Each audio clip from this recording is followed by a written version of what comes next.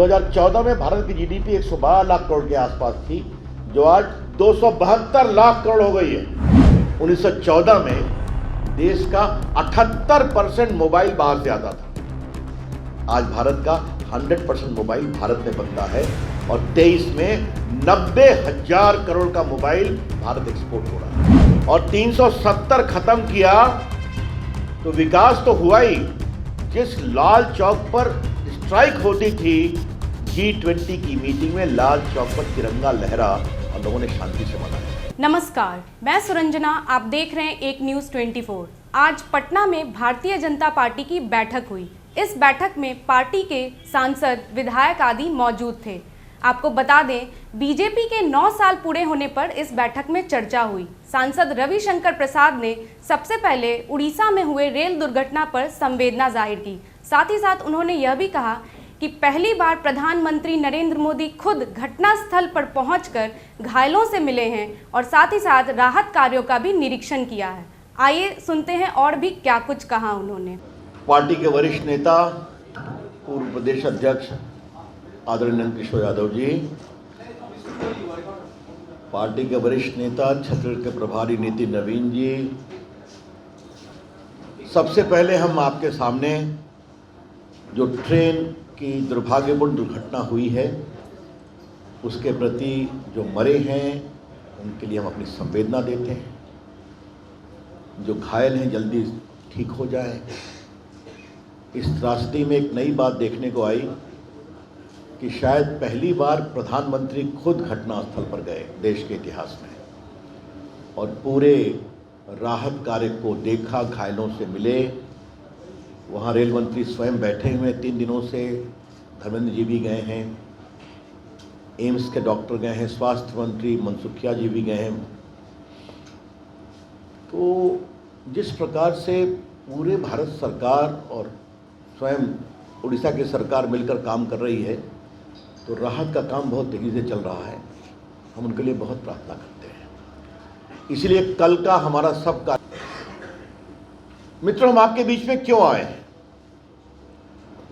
नरेंद्र मोदी की सरकार ने कहा था जब 14 में बनी थी कि हम हर साल अपने काम की रिपोर्ट आपको देंगे। याद होगा उनकी एक कहानी थी जब वो 14 में संसद हॉल में चुने गए थे कि हम देश के लिए काम ही नहीं करेंगे, हर साल रिपोर्ट देंगे। उसी लिए 15 से सिलसिला चल रहा था। मुझे भी केंद्रीय मंत्री के रूप में कई जगह जाने का सौभाग्य मिला था। कोरोना के कारण 2 साल यह कार्यक्रम नहीं हुआ था, आपको मालूम है। सेवा कार्य चले थे। पिछले साल से शुरू हुआ। आज मोदी सरकार के 9 साल पूरे हो गए। ये मॉर्गन स्टडी की रिपोर्ट मैं लेकर के आया हूँ आपके सामने, इसलिए हम अपनी बात नहीं कह रहे हैं, आपके सामने प्रस्तुत कर रहे हैं। अब भारत की अर्थव्यवस्था देख लीजिए। आज भारत की अर्थव्यवस्था $35 ट्रिलियन को पार कर गई। जरा शांत रहिए, बड़ी कृपा होगी। बस मुझे 5-7 मिनट समय दे दीजिए, फिर हम लोग आपके सारे सवालों का जवाब देंगे। 2014 में भारत की जीडीपी 112 लाख करोड़ के आसपास थी, जो आज 272 लाख करोड़ हो गई है। देखिए कितना अंतर हुआ है। उसके बाद दुगने से भी अधिक। 2014 में आम आदमी का सालाना आय 80,000 से कम थी। आज वो भारत के आम आदमी की आय सालाना 1,07,000 रुपये हो गई है।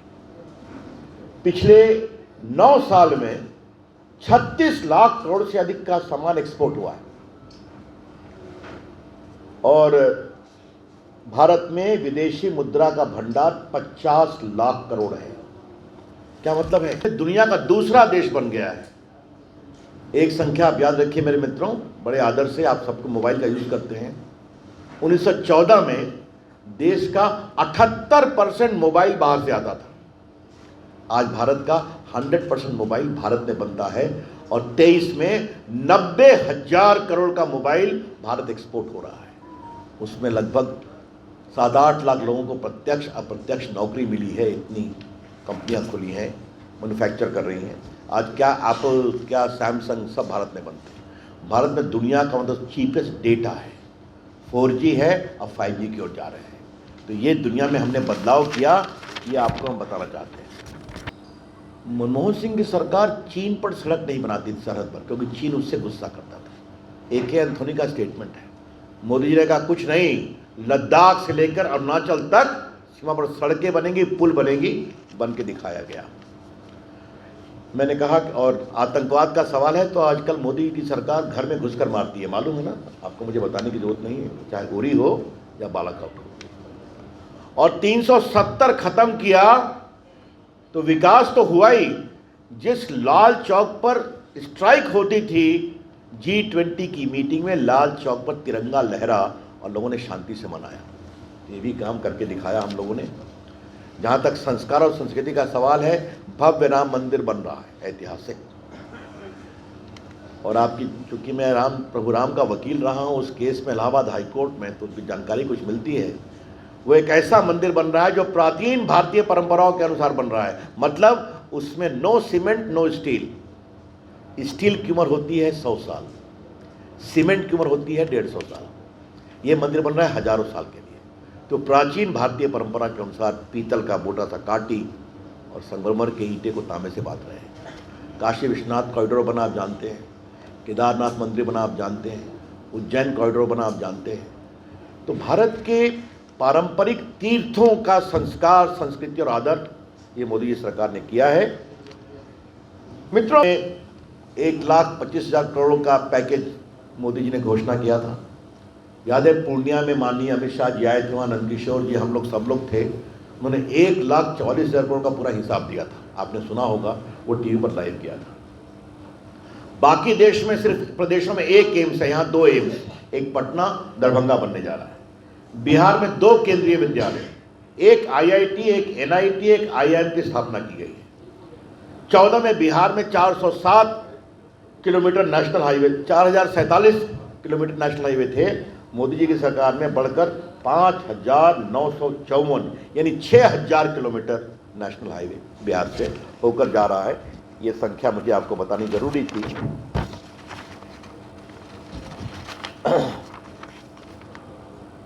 गंगा नदी पर बने पुलों की संख्या 4 से बढ़कर 11 हो गई है।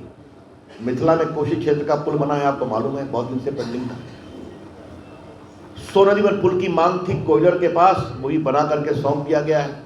नंदकिशोर जी और नितिन दोनों पद निर्माण मंत्री रहे हैं, तो जानते हैं इन सारी चीज़ों को, कितना सहयोग किया गया। दरभंगा में एयरपोर्ट शुरू हो गया है, पूर्णिया रक्सौल के लिए राशि आवंटित कर दी गई। बरौनी खाद कारखाने में 8,400 करोड़ का कारखाने का सौगात मिला है फॉर फर्टिलाइजर। प्रधानमंत्री आवास योजना में 38,62,734 घरों की स्वीकृति दी गई, जिसमें 33,47,000 का निर्माण कर लिया गया है, जिसमें 7,31,000 SC को मिला है और 98,558 ST को मिला है। जज्जर महात्मा गांधी सेतु को तोड़ने की बात थी, आपकी जानकारी के लिए, क्योंकि उसका टेक्नोलॉजी फॉल्टी था। हम सबों ने आग्रह किया कि ये पटना का पहला पुल तोड़ेंगे क्यों, तो आज 1742 करोड़ रुपया खर्च किया गया, वो ऑपरेशनल है, आप सभी जानते हैं। पूरे भारत सरकार से वो खर्च आया है। महात्मा गांधी सेतु के 4 समांतर 4 लेन पुल पर 2,962 करोड़ रुपए के योजना से वो बगल में गंगा का पुल बन रहा है। आप भी देख रहे हैं, काम तेज गति से हो रहा है। पटना हवाई अड्डे की क्षमता 25 लाख यात्रियों की थी, उसको बढ़ाकर 80 लाख प्रतिवर्ष के हेतु नया टर्मिनल बन रहा है। इसके लिए हमने दिल्ली में बहुत प्रयास किया था। ये राशि 1216 करोड़ की है। और बाकी NH30 पर ट्रैफिक जाम को देखते हुए अनीशाबाद से दीदारगंज तक एलिवेटेड सड़क बनाने की योजना ओके हो गई है। मैं लगा हुआ तो उसमें हम लोग लगे हुए थे। 1000 करोड़ की योजना है, उसका DPR बन रहा है। और पटना में STPI के लिए 53 करोड़ की लागत से अक्टूबर तक तैयार हो जाएगा। दरभंगा अक्टूबर में, भागलपुर में STI का स्थापना किया गया है। चिंता आतंकवादियों को, क्या भारत को सुरक्षित रखने की कोशिश, क्या भारत में मैन्युफैक्चरिंग को बढ़ाने की कोशिश, और इसके साथ साथ बिहार की चिंता, बिहारियों की चिंता और पटना के विकास की चिंता, ये नरेंद्र मोदी की सरकार के 9 साल में करके हमने दिखाया है। और ये सिर्फ पटना में ही प्रेस नहीं करेंगे। नंदकिशोर जी गोपालगंज गए और कहाँ गए, सिवान जहानाबाद गए, नितिन बक्सर गए, आप कहाँ गए संजीव, लखीसराय गए।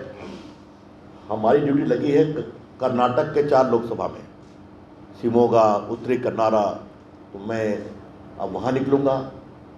नंदकिशोर जी को बिहार में 3 जगह जाना है ना आपको, 3 लोकसभा में इनको जाना है।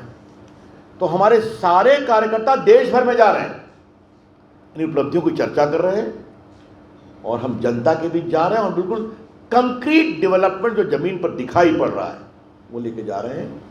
तो हमें पूरा विश्वास है कि नरेंद्र मोदी की अगुवाई में जो देश विकास के रास्ते पर चल रहा है, तो इसलिए मोदी जी को क्या अमेरिका के राष्ट्रपति, क्या रूस के राष्ट्रपति, क्या फ्रांस के राष्ट्रपति, क्या इंग्लैंड के प्रधानमंत्री, क्या जर्मनी के चांसलर और क्या दुबई और कतर और सऊदी अरेबिया सबके राजा सब सम्मान देते हैं, क्योंकि भारत की आवाज़ दुनिया की एक बड़ी आवाज़ बनी है, शांति की, विकास की, संस्कार की और इंक्लूसिव डेवलपमेंट, समावेशी विकास।